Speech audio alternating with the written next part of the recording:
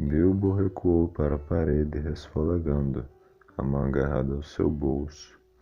Ficaram por um tempo olhando um para o outro, e o ar da sala os unia. Os olhos de Gandalf continuavam em cima do hobbit. Lentamente suas mãos relaxaram e ele começou a tremer. Não sei o que aconteceu com você, Gandalf, disse ele. Você nunca foi assim antes. O que está acontecendo? Ele é meu, não é? Eu achei. Gollum teria me matado se eu não tivesse guardado. Não sou um ladrão. Não importa o que ele tenha dito. Eu nunca chamei você de ladrão, respondeu Gandalf. E também não sou ladrão. Não estou tentando roubar de você, mas ajudá-lo. Eu queria que você confiasse em mim como confiava. Ele se virou e a sombra sumiu. Ele pareceu diminuir e voltou a ser um velho grisalho, curvado e preocupado. Bilbo passou a mão sobre os olhos. Sinto muito, disse ele, mas me senti tão estranho. E apesar disso, seria de certo modo um alívio não ter mais de me preocupar com ele. Ele cresceu na minha mente nos últimos tempos. Às vezes, eu sentia que ele era um olho me vigiando. Estou sempre sentindo vontade de colocá-lo e desaparecer, sabe? E me perguntando se ele está a salvo e tocando nele para ter certeza. Tentei trancá-lo, mas descobri que não podia descansar sem ele no bolso. Não sei porquê. Parece que não consigo me decidir. Então confie em mim, disse Gandalf. Já está decidido. Vá embora e deixe-o aqui. Nada de possuí-lo. Dê-o a Frodo e eu tomarei conta dele. Bilbo ficou parado por um momento, tenso e indeciso. Depois suspirou. Está bem, disse ele com um esforço. Eu vou. Então, encolheu os ombros e sorriu com certa aflição. Afinal de contas, todo esse negócio de festa foi por causa disso. Distribuir um monte de presentes de aniversário e de alguma forma facilitar as coisas para também dar o anel. No final das contas, as coisas não ficaram mais fáceis. Mas seria uma pena desperdiçar todos os meus preparativos. Estragaria a brincadeira. Na verdade, destruiria o único motivo que eu via na coisa toda, disse Gandalf. Muito bem, disse Bilbo. Ele vai para Frodo com todo o resto. Ele respirou fundo. E agora devo ir, ou alguém vai me pegar. Eu disse adeus e não aguentaria fazer tudo de novo. Apanhou seu saco e se dirigiu para a porta. Você ainda está com o anel no bolso, disse o mago. É mesmo, gritou Bilbo. E o meu testamento e todos os outros documentos também. É melhor você pegá-lo e entregá-lo no meu lugar. Será mais seguro. Não me entrega o anel, disse Gandalf. Coloque-o sobre a lareira. Estará salvo lá até que Frodo venha. Eu esperarei por ele. Bilbo tirou o envelope, mas, no momento em que ia colocá-lo ao lado do relógio, sua mão deu um arranco para trás e o pacote caiu no chão. Antes que Bilbo pudesse apanhá-lo, o mago pulou e o agarrou, colocando-o em seu lugar. Um espasmo de raiva passou de leve sobre o rosto do hobbit outra vez. De repente, o espasmo deu lugar a uma aparência de alívio, com uma risada. Bem, é isso, disse ele. Agora vou indo. Eles foram para o corredor. Bilbo escolheu sua bengala favorita e assobiou. 3 anões saíram de salas diferentes, onde tinham estado ocupados. Está tudo pronto? Perguntou Bilbo. Tudo empacotado e etiquetado? Bem, então vamos. Ele saiu pela porta da frente. A noite estava agradável e o céu preto ponteado de estrelas. Ele olhou para cima, sentindo o ar. Que bom estar partindo novamente, partindo na estrada com os anões. É isso que eu realmente quis por muitos anos. Adeus, disse ele, olhando para sua velha casa e inclinando-se para a porta. Adeus, Gandalf. Adeus por enquanto, Bilbo. Cuide-se bem. Você tem dado o suficiente. E talvez também sabedoria. Cuide-se, eu não me preocupo. Não se preocupe comigo.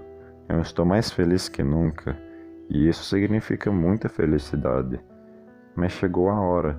Meus pés estão sendo impulsionados de novo. Finalmente, acrescentou. E então, numa voz baixinha, como se fosse para si mesmo, cantou suavemente no escuro. A estrada em frente vai seguindo, deixando a porta onde começa. Agora longe já vai indo, devo seguir, nada me impeça. E seu encalço vão meus pés, até a junção com a grande estrada. De minhas sendas através, que vem depois, não sei mais nada. Parou por um momento silencioso.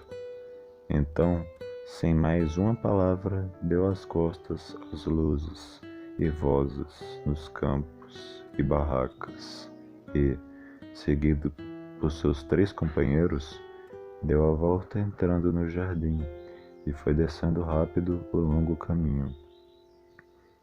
Pulou a cerca viva numa parte onde era mais baixa e chegou às campinas, passando através da noite como o farfalhar do vento na relva. Gandalf ficou por um tempo olhando para ele, que sumia na noite. Adeus, meu querido Bilbo. Até nosso próximo encontro, disse ele suavemente, e entrou na casa. Frodo entrou logo depois, e o encontrou sentado no escuro, mergulhado em pensamentos. Ele se foi? Perguntou ele. Sim, respondeu Gandalf. Finalmente ele se foi. Tomara, quero dizer, esperava até esta noite que tudo fosse apenas uma brincadeira, disse Frodo. Mas no fundo eu sabia que ele realmente queria ir. Queria ter entrado um pouco antes, apenas para vê-lo partir. Acho realmente que ele preferia escapulir despercebido no final, disse Gandalf. Não se preocupe muito, ele ficará bem. Agora, ele deixou um pacote para você. Ali está. Frodo pegou o envelope da lareira e olhou, mas não o abriu. Nele, você encontrará o testamento e todos os outros documentos, eu acho, disse o mago. Você é o dono de Bolsão e, também, eu acho, você vai encontrar o Anel de Ouro. O anel! Exclamou Frodo. Ele me deixou o anel. Gostaria de saber por quê, mas ele ainda pode ser útil. Pode ser e pode não ser, disse Gandalf. Eu não faria uso dele, se fosse você, mas guarde-o em segredo e a salvo. Agora vou dormir.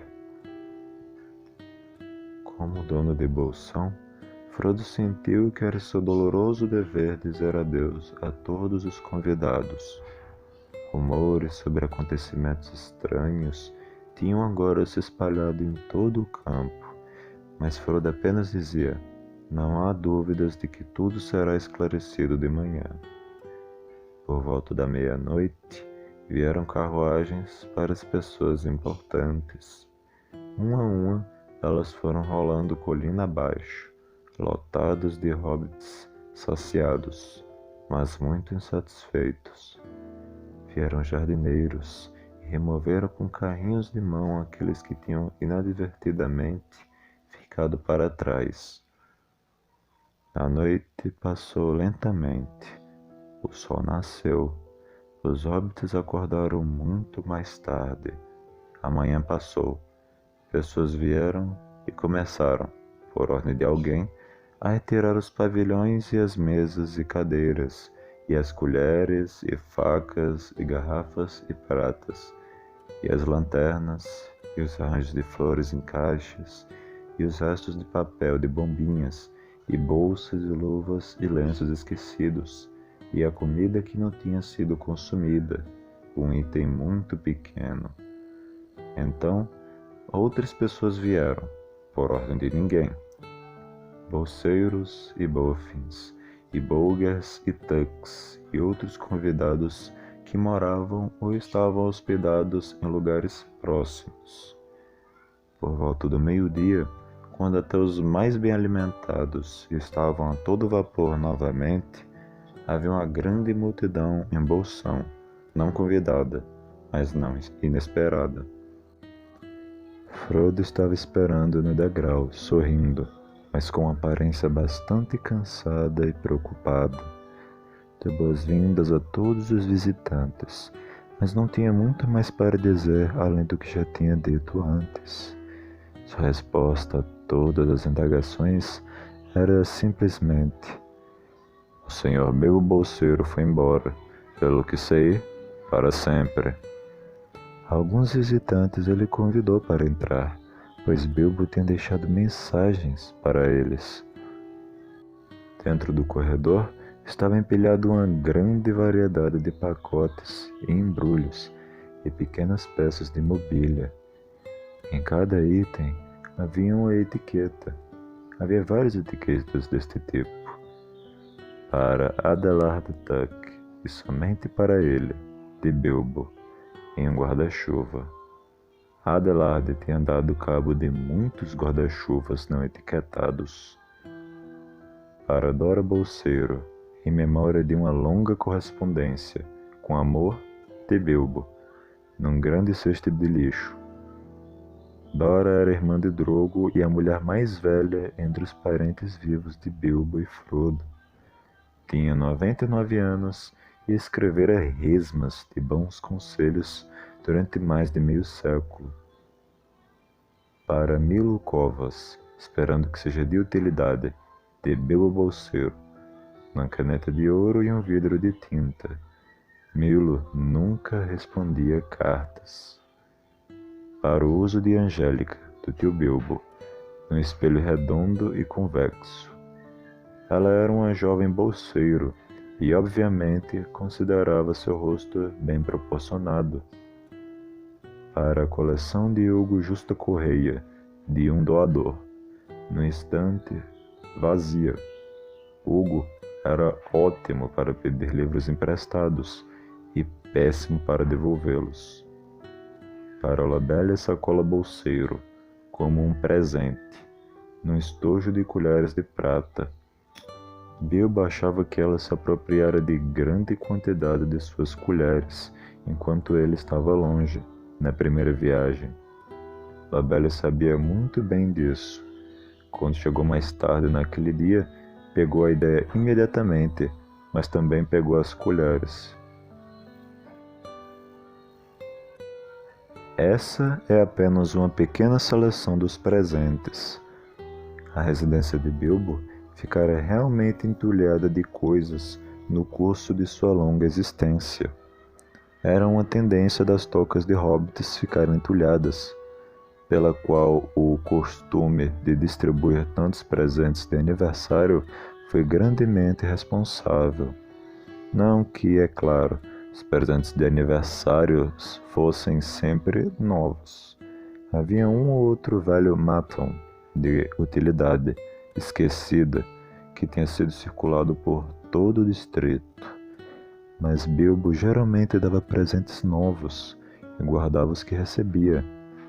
A velha toca estava sendo agora um pouco desentulhada. Cada um dos vários presentes de despedida tinha uma etiqueta, escrita pessoalmente por Bilbo, e muitos tinham alguma finalidade especial ou alguma brincadeira. Mas é claro que a maioria das coisas foi dada para pessoas que as desejavam e as receberiam bem. Os hobbits mais pobres, e especialmente aqueles da rua do Bolsinho, se saíram muito bem. O velho feitor Gang ficou com 2 sacos de batatas, uma pá nova, um colete de lã e uma garrafa de unguento para as juntas enferrujadas. O velho Rory Brandenburg, em recompensa por sua grande hospitalidade, ficou com uma dúzia de garrafas de velhos vinhedos, um vinho tinto forte que vinha da Quarta Sul e agora já maduro, pois tinha sido guardado pelo pai de Bilbo. Rory desculpou Bilbo e depois da primeira garrafa jurou que ele era um bom camarada. Uma grande quantidade de tudo ficou para Frodo e, é claro, todos os tesouros mais importantes, bem como os livros, quadros e mobília mais que suficiente. Tudo isso foi deixado para ele. Não houve, entretanto, qualquer sinal ou menção a dinheiro ou joias. Nem um trocado ou uma conta de vidro foram doados. Frodo teve uma tarde bastante penosa. Um falso rumor de que todos os pertences da casa estavam sendo distribuídos gratuitamente se espalhou como fogo selvagem, e logo o lugar estava atulhado de pessoas que não tinham nada a fazer lá, mas que não podiam ser impedidas de entrar. As etiquetas se rasgaram e foram misturadas, e surgiram brigas. Algumas pessoas tentaram permutas e negociatos no corredor, e outras tentaram fugir com itens menores, que não eram destinados a elas, ou com qualquer outra coisa que aparentemente ninguém quisesse ou protegesse. A estrada que dava para o portão ficou lotada de carrinhos de mão e carriolas. No meio da confusão, chegaram os sacola-bolseiros. Frodo tinha se recolhido por uns momentos e havia deixado seu amigo Merry Brandenburg de olho nas coisas. Quando Otto pediu para ver Frodo, Merry se inclinou educadamente. Ele está indisposto, disse ele. Está descansando. Você quer dizer escondido, disse Lombellia. De qualquer modo queremos vê-lo. Vá agora e diga isso a ele. Merry os deixou esperando longamente no corredor, e eles tiveram tempo para descobrir seu presente de despedida, que era o conjunto de colheres. Isso não melhorou os ânimos. Finalmente, foram conduzidos até o escritório. Frodo estava sentado à mesa com um monte de papéis em sua frente, parecia indisposto, pelo menos para encontrar-se com sacola-bolseiros, e se levantou, bolhando com alguma coisa que estava em seu bolso, mas conversou com eles de modo educado. Os sacola-bolseiros foram bastante agressivos. Começaram oferecendo preços de barganha, como se fossem entre amigos, por várias coisas valiosas e sem etiquetas. Quando Frodo respondeu que apenas as coisas especialmente endereçadas por Bilbo estavam sendo doadas, disseram que tudo era suspeito. Somente uma coisa está clara para mim, disse Otto, que você está se saindo muito bem nessa história. Insisto em ver o testamento. Otto teria sido herdeiro de Bilbo, se não fosse pela adoção de Frodo. Ele leu o testamento com muito cuidado e bufou. Estava tudo, infelizmente, muito claro e correto, de acordo com os costumes legais dos hobbits, que exigem, entre outras coisas, 7 assinaturas de testemunhas em tinta vermelha. Derrotados novamente, disse ele à sua mulher. Depois de esperar 60 anos, colheres, ninharia. Fez um gesto de desespero e saiu queimando o chão. Mas não foi tão fácil se livrar de Lobelia. Um pouco mais tarde, Frodo saiu do escritório para ver como as coisas estavam indo e ainda a encontrou por ali, investigando cantos e frestas e dando tapas no assoalho. Ele a conduziu com firmeza até a saída, depois de a ter livrado de vários artigos pequenos, mas bastante valiosos, que tinham de algum modo caído dentro de seu guarda-chuva. A julgar pelo rosto, parecia que ela estava tendo espasmos de tanto pensar na resposta realmente contundente, mas tudo que conseguiu encontrar para dizer, virando-se no degrau, foi: "Você viverá para se arrepender disso, rapaz. Por que você também não foi? Você não faz parte desse lugar. Você não é um bolseiro. Você é um Brandebuck." "Você ouviu isso, Mary? Isso foi insulto, eu acho", disse Frodo, fechando a porta na cara dela. "Foi um elogio", disse Mary Brandebuck. "Mas é claro que o que ela disse não é verdade." Depois, eles deram a volta na toca e expulsaram 3 jovens hobbits, 2 bolfins e um bugger, que estavam fazendo furos nas paredes de uma das adegas. Frodo também teve uma contenda com o jovem Sancho Pé Soberbo, neto do velho Odo Pé Soberbo, que tinha iniciado uma escavação na despensa maior, onde ele pensou ouvir um eco. A lenda do ouro de Bilbo excitava tanta curiosidade quanto a esperança, pois o ouro lendário, obtido de modo misterioso, se não positivamente por meios ilícitos, é, como todos sabem, daquele que o encontrar, a não ser que a busca seja interrompida. Quando tinham dominado Sancho, colocando-o para fora, Frodo desabou na cadeira no salão. "Está na hora de fechar a loja, Mary", disse ele. "Tranque a porta e não abra para ninguém hoje, mesmo que alguém traga um ariete." Depois foi se recompor com uma já protelada xícara de chá. Mal tinha se sentado quando ouviu uma batida leve na porta da frente. "Labelle de novo, com toda certeza", pensou ele. Deve ter pensado em algo realmente desagradável e voltou para dizê-lo. "Ela pode esperar." Continuou tomando seu chá. A batida se repetiu, bem mais alto, mas ele não tomou conhecimento. De repente, a cabeça do mago apareceu na janela. "Se não me deixar entrar, Frodo, eu arranco essa porta e jogo lá embaixo", disse ele. "Meu querido Gandalf, um minutinho", gritou Frodo, correndo até a porta. Entre, entre. Pensei que fosse Lobelia." "Então eu perdoo você. Mas eu a vi agora há pouco, numa charreta em direção à Beirágua, com a cara de azedar leite fresco." "Ela já tinha quase me azedado. Honestamente, eu quase experimentei o anel de Bilbo. Queria sumir." "Não faça isso", disse Gandalf, sentando-se. "Tome cuidado com esse anel, Frodo. Na verdade, foi em parte por isso que eu vim para dizer uma única palavra." "Sobre o quê?" "O que você já sabe. Só sei o que Bilbo me disse quando eu vi a história dele. Como o encontrou e como o usou, quer dizer, na sua viagem." "Eu me pergunto qual história." "Não aquela que ele contou para os anões e colocou em seu livro", disse Frodo. "Ele me contou a história verdadeira, depois que eu vim morar aqui. Disse que você o importunou até que contasse a verdade, e por isso era melhor que eu soubesse também." "Sem segredos entre você e mim, Frodo", disse ele.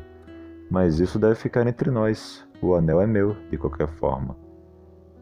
"Interessante", disse Gandalf. "E o que você achou de tudo isso?" "Se você quiser dizer sobre a invenção de ter ganhado um presente, bem, achei que a história real era muito mais provável e não entendi o motivo da alteração. Não é muito do feitio de Bilbo fazer isso. Eu achei muito estranho." "Eu também, mas coisas estranhas podem acontecer com pessoas que possuem esse tipo de tesouro, se elas o usarem. Que isso fique como um aviso para você, para que tome muito cuidado com ele. Esse anel pode ter mais poderes do que simplesmente fazer de você desaparecer quando desejar." "Não entendo", disse Frodo. Eu também não, respondeu o mago. Simplesmente comecei a pensar no anel, especialmente depois da noite passada. Não é preciso se preocupar, mas se você seguir meu conselho, vai usá-lo muito raramente, ou nem irá usá-lo. Pelo menos, eu peço que você não o use de qualquer maneira que possa causar comentários ou levantar suspeitas. Digo de novo, guarde-o a salvo e em segredo. Você é muito misterioso. Está com medo de quê? Não tenho certeza, por isso não vou dizer mais nada.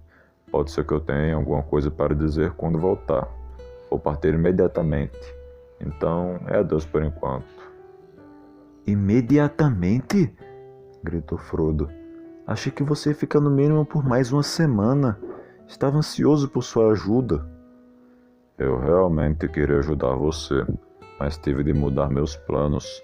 Posso ficar longe por um bom tempo, mas volto para ver você de novo assim que puder. Quando você menos esperar, eu vou aparecer. Chegarei em silêncio. Eu não devo mais visitar o condado abertamente, com frequência. Acho que me tornei muito impopular. Dizem que sou um incômodo e que perturbo a paz. Algumas pessoas estão me acusando de realmente ter feito o Bilbo desaparecer, ou coisa pior. Se você quer saber, estão dizendo que existe um plano armado por nós dois para tomar posse da riqueza dele. Algumas pessoas, exclamou Frodo. Você quer dizer Otto e Lobelia? Que abominável. Eu lhes daria bolsão e todo o resto, se pudesse ter Bilbo de volta e ir com ele vagueando pelos campos. Eu amo o condado, mas de alguma forma começo a sentir que gostaria de ter ido embora também. Fico pensando se poderei vê-lo novamente. Eu também, disse Gandalf, e fico pensando em muitas outras coisas. Agora, Deus, cuide-se bem. Espere por mim, especialmente nas horas mais improváveis. Adeus. Frodo o acompanhou até a porta. Ele acenou pela última vez e começou a andar num passo surpreendente. Mas Frodo achou que o velho mago parecia mais curvado que o normal, quase como se estivesse carregando um grande peso. A noite estava chegando e o seu vulto com a capa rapidamente desapareceu no crepúsculo.